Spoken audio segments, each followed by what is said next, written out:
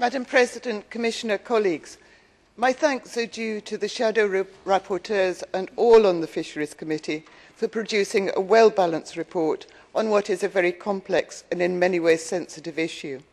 In some public debate, rights-based management is equated with the employment of individual transferable quotas.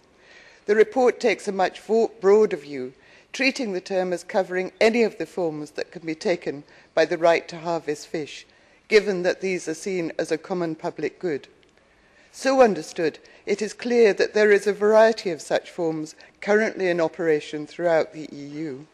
For example, the extent of the right may be specified by reference to the territory to be fished, the amount of fish to be harvested, the effort allowed, or some mixture of these. Similarly, although the right is implicitly transferable, there are various limitations in this respect. For example, that from community to member states is conditioned by the principle of relative stability. Further, there seems to be a considerable range of such limitations.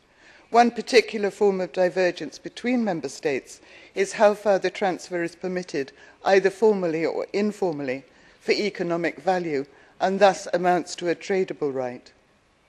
The central issue is then how fisheries management should engage in constituting the right to harvest in order best to obtain the objectives of the common fisheries policy.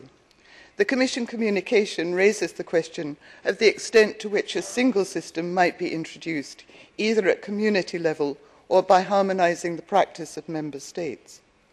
The report of the Fisheries Committee details a number of concerns about the adverse impacts that certain types of rights-based management might have, but also touches on the manner in which some of these might be prevented.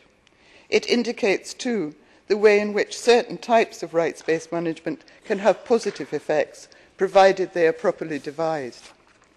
The report notes the variety of systems of rights-based management currently in place, the degree to which the forms of right concerned are hybrid ones, and the complexity of the issues involved. It is, consequently, rightly cautious about the idea of moving to any single system.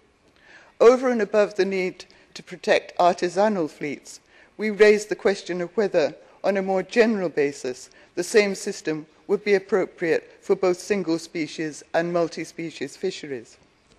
We finish by asking the Commission to address a number of different questions in its study and, in view of all that needs to be taken into consideration, to allow a longer time for debate. In conclusion, I would like to touch more deeply on one aspect of the report. Although rights-based management is essentially a juristic concept, I have the impression that much of the drive towards its discussion has come from economists.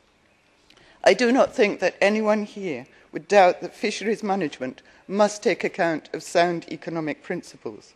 Indeed, the report indicates some of the positive outcomes to which economic efficiency may give rise. But such efficiency has to be seen as an instrumental good.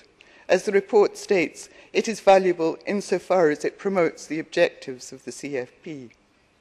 I have personal doubts that economic efficiency is sufficient in itself to promote all these objectives to the desired extent, and suspect that there are ways in which it may prove counterproductive to some aspects of them. I seek reassurance, therefore, that the Commission will take a genuinely rounded approach, both in relation to the content and to the outcome of the study. Thank you.